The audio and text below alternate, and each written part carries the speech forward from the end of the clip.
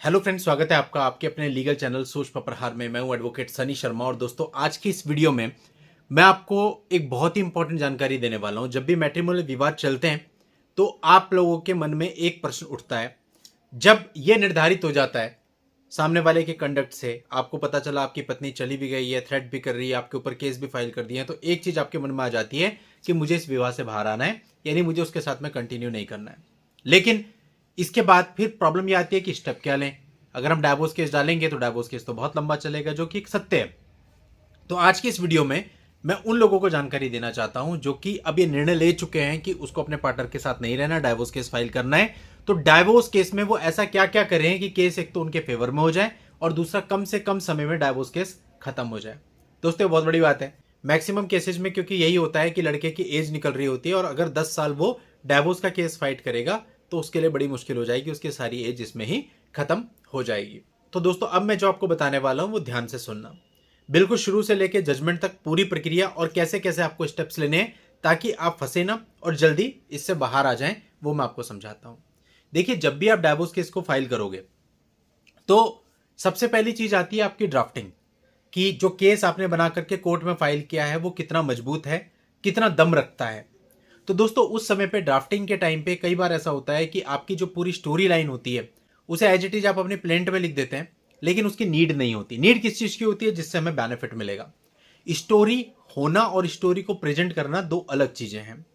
तो आपको यह ध्यान रखना है कि अननेसेसरीली डाइवोर्स की पिटीशन को बहुत लंबा नहीं कर देना है, छोटी छोटी बातों को उसमें इन्वॉल्व नहीं कर देना है। केवल उन बातों को जिसपे आप 100% श्योर हो कि कोर्ट इसको क्रियोरिटी मानेगा, कंसिडर करेगा, केवल उन्हीं घटनाओं को आपको उसमें इन्वॉल्व करना है। जितना लंबा आप उसमें पिटीशन को बनाएंगे उतनी प्रॉब्लम में आप पड़ेंगे, क्योंकि कोई मेंटेनेंस का केस नहीं है, डाइवोर्स का केस है। और डाइवोर्स के केस में जो है विस्तृत क्रॉस एग्जामिनेशन होती है, और चूंकि आप खुद पिटिशनर हैं तो आपकी क्रॉस एग्जामिनेशन होगी, उसको आप अवॉइड नहीं कर सकते, आपको अपना साक्ष्य देना ही पड़ेगा। और उस समय पे अगर आपकी प्रिंट लंबी है तो एक एक लाइन पे आपसे क्वेश्चन पूछे जा सकते हैं। इवन बहुत से केस हमारे पास ऐसे रहे हैं जहां डाइवोर्स केस में 3-3, 4-4 डेट पे क्रॉस एग्जामिनेशन हुई है, मतलब इतना लंबा क्रॉस हुआ है। तो उतने ज्यादा आप इन्वॉल्व होते हैं, क्योंकि अगर प्लेंट आपकी टू द पॉइंट है तो उतना ही है, लेकिन अगर बहुत ज्यादा लिखा हुआ है तो कॉन्ट्राडिक्शंस भी उतने ज्यादा बनेंगे क्रॉस एग्जामिनेशन में, चाहे आप कितनी कोशिश कर लेना। तो इसलिए सबसे पहली चीज आई कि आपकी ड्राफ्टिंग टू द पॉइंट होनी चाहिए, अननेसेसरी मटेरियल नहीं होना चाहिए और उसकी प्रेजेंटेशन बहुत बेहतर होनी चाहिए। अब आगे बढ़ते हैं।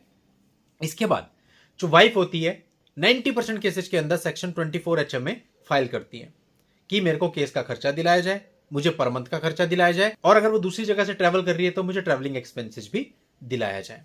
अब यहां पर आपको क्या राय मिलती है कि आप इसको जितना खींच सकते हो उतना खींचो, क्योंकि मेंटेनेंस की पिटीशन होती है। लेकिन इसका कॉन्सिक्वेंस ये होता है कि जितना आप इसको खींचोगे डाइवोर्स का केस आपका उतना लेट होगा। फॉर एग्जाम्पल सेक्शन 24 का जो केस है, इस केस में आपने 1 साल स्ट्रेच कर दिया तो डाइवोर्स प्रोसीडिंग आपकी उसको डिसाइड होने के बाद ही स्टार्ट होंगी। तो ऐसे केस में जहां आपकी प्रायोरिटी डाइवोर्स होता है कि जल्दी डाइवोर्स मिल जाए, वहां आपको सेक्शन 24 को बिल्कुल भी स्ट्रेच नहीं करना चाहिए। वहां सिंपली उन्होंने 24 दिया, अगली ही डेट पे आपने उसका रिप्लाई और अपना एफिडेविट दोनों सबमिट कर दिया, उससे अगली डेट पे वो डिसाइड हो जाएगा। तो उतनी जल्दी आपका डाइवोर्स केस शुरू होगा। अब जब डाइवोर्स केस आपका शुरू होगा तो अपने एविडेंस को देने में आप ज्यादा टाइम मत लगाना। पहली डेट पे आपने लिस्ट दाखिल कर ली कि मैं अपनी तरफ से इतने विटनेस देना चाहता हूं, डॉक्यूमेंट्री इलेक्ट्रॉनिक एविडेंस देना चाहता हूं, जिसकी लिस्ट ये है। अब फॉर एग्जांपल आप अपनी तरफ से विटनेस देते हो तो मैक्सिमम विटनेस 3 होने चाहिए, एक तो आप खुद होंगे, मैक्सिमम 2 और। इससे ज्यादा विटनेस मत देना, उससे अननेसेसरी चीजें स्ट्रेच होंगी और क्रॉस एग्जामिनेशन में चीजों में कॉन्ट्राडिक्शन होगा। तो 2 विटनेस दीजिए या 3 विटनेस दीजिए मैक्सिमम। इसके साथ साथ डॉक्यूमेंट्री एविडेंस जितने आपके पास हैं सारे अटैच कीजिए, चाहे वो व्हाट्सएप चैट हो, चाहे वो आपके पास किसी भी तरह की फोटोग्राफ हो, कोई और डॉक्यूमेंट्स हो, कोई इलेक्ट्रॉनिक रिकॉर्ड हो, रिकॉर्डिंग हो गई, व्हाट्सएप मैसेज हो गए, लिंक्डइन की प्रोफाइल के स्क्रीनशॉट होते हैं, कई बार व्हाट्सएप के स्क्रीनशॉट होते हैं, जो कुछ भी है सारा मटेरियल आप कोर्ट में सबमिट कर दो।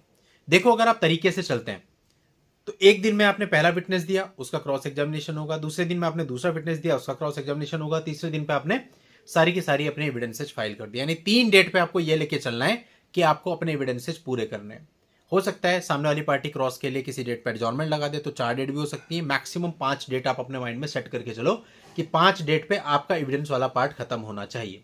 अब अगर एक एक महीने के गैप पे भी डेट लग रही है तो 5 महीने में आपका एविडेंस खत्म, एविडेंस क्लोज्ड उस पर लिख दिया जाएगा। उसके बाद फाइल आ जाती है लड़की के डिफेंस एविडेंस पे। अब यहाँ पे आपको थोड़ा सा एक्टिव रहना पड़ता है, क्योंकि वो लोग क्या करते हैं, कई बार अपनी तरफ से देरी करते हैं, अपना डिफेंस देते नहीं, एडजॉर्नमेंट पे एडजॉर्नमेंट देते हैं। आप केवल 2 डेट प्रतीक्षा करो और तीसरी डेट पे आप एप्लीकेशन मूव कर दो कि ये लोग अपना डिफेंस नहीं दे रहे हैं, तो इनका डिफेंस खत्म किया जाए, उनका डिफेंस खत्म कराओ। यहां आप एक्टिव नहीं है तो साल भर भी वो खींच लेंगे, आप ऐसे बैठे रहेंगे। लेकिन अगर आप एक्टिव हैं, मैं कह रहा हूं 2 पार्टी होती है, 2 पार्टी में से अगर एक पार्टी की तरफ से भी लॉयर और पार्टी एक्टिव हो जाए ना, तो केस किसी भी तरह से खींच नहीं सकता। केस वहां खींचता है एक पार्टी खींचना चाहती है और दूसरी पार्टी इनएक्टिव रहती है, स्ट्रेच होता चला जाता है। लेकिन अगर आप एक्टिव हो, आप कोर्ट को एक डेट पे बोलते हो इनका डिफेंस खत्म करो, कोर्ट ने नहीं किया, दूसरी डेट पे फिर बोलते हो, फिर रिटर्न एप्लीकेशन देते हो, क्या करेगा कोर्ट? 2 नहीं 3 डेट पे खत्म करेगा, लास्ट अपॉर्चुनिटी देगा उनको, कुछ तो करेगा ना। तो हद से ज्यादा मान लेते हैं कि डिफेंस में आप, क्योंकि वो भी स्ट्रेच करेंगे डिफेंस में, आपको भी थोड़ा स्ट्रगल करना पड़ेगा। तो ऐसा नहीं है कि 1-2 डेट पे ही हो जाएगा। हम मान के चलते हैं कि 1 साल का टाइम आपका डिफेंस में लग गया, लेकिन वो तब जब आप बहुत एक्टिव रहते हैं, तो आप 1 साल के अंदर अंदर डिफेंस खत्म करवा सकते हैं। डिफेंस के बाद फाइल सीधी आ जाती है आर्ग्यूमेंट पे, और आर्ग्यूमेंट के बाद होता है जजमेंट। तो अब हम मोटा मोटा अगर देखें तो शुरू के 5 महीने हम पकड़ लेते हैं फाइलिंग में, समनिंग में और 24 को डिसाइड होने में। वहां आपको टाइम नहीं लगाना है, 24 को तुरंत डिसाइड कराना है, ठीक।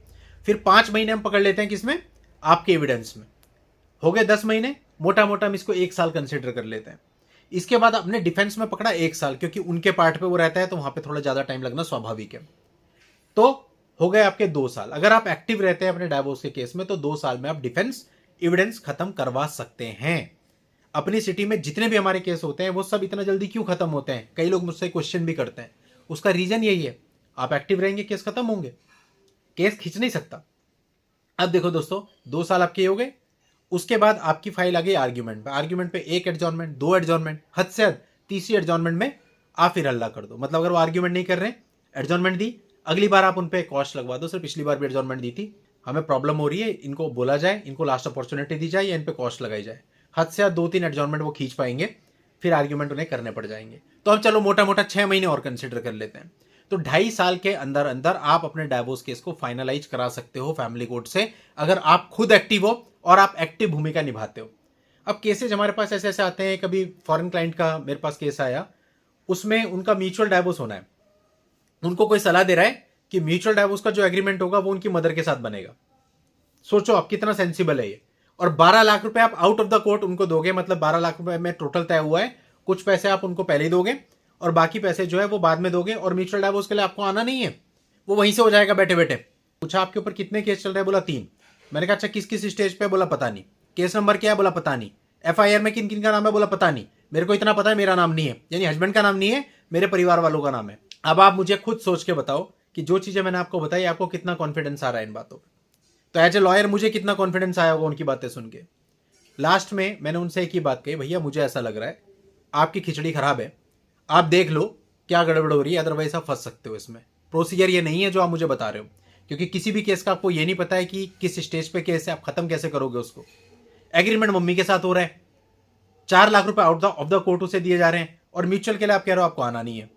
तो ये चीजें समझ में मेरे तो नहीं आ रही। बाकी आप देख लो, मेरी राय तो यही है कि भैया इसमें गड़बड़ है। पहले आप अपने केस की सही पोजीशंस पता करो कि आपका कौन सा केस है, किस कोर्ट में चल रहा है, क्या नंबर है, किस स्टेज पे है। जब हमें यह पता चलेगा कौन सा केस किस स्टेज पे है, तभी तो हमें यह पता चलेगा कि उस केस को खत्म कैसे किया जा सकता है। तो दोस्तों, लोगों के साथ ये प्रॉब्लम है, इतने ज्यादा इनएक्टिव लोग हैं, या फिर आप ये कह लीजिए दूसरे पर ब्लाइंडली फेथ करते हैं, और जिसकी वजह से क्या होता है, बाद में बहुत भयंकर उनको चोट खानी पड़ती है। तो इसलिए अगर आप खुद एक्टिव हैं और तरीके से चल रहे हैं, पैनी नजर रख के चल रहे हैं, तो आप अपने डाइवोर्स केस को 2.5 साल के अंदर अंदर मैक्सिमम खत्म कर सकते हैं। चलिए दोस्तों, आज के इस वीडियो में इतना ही। नेक्स्ट वीडियो में नई जानकारी के साथ मैं आपसे फिर मिलता हूं। तब तक के लिए goodbye and thank you for watching. Take care.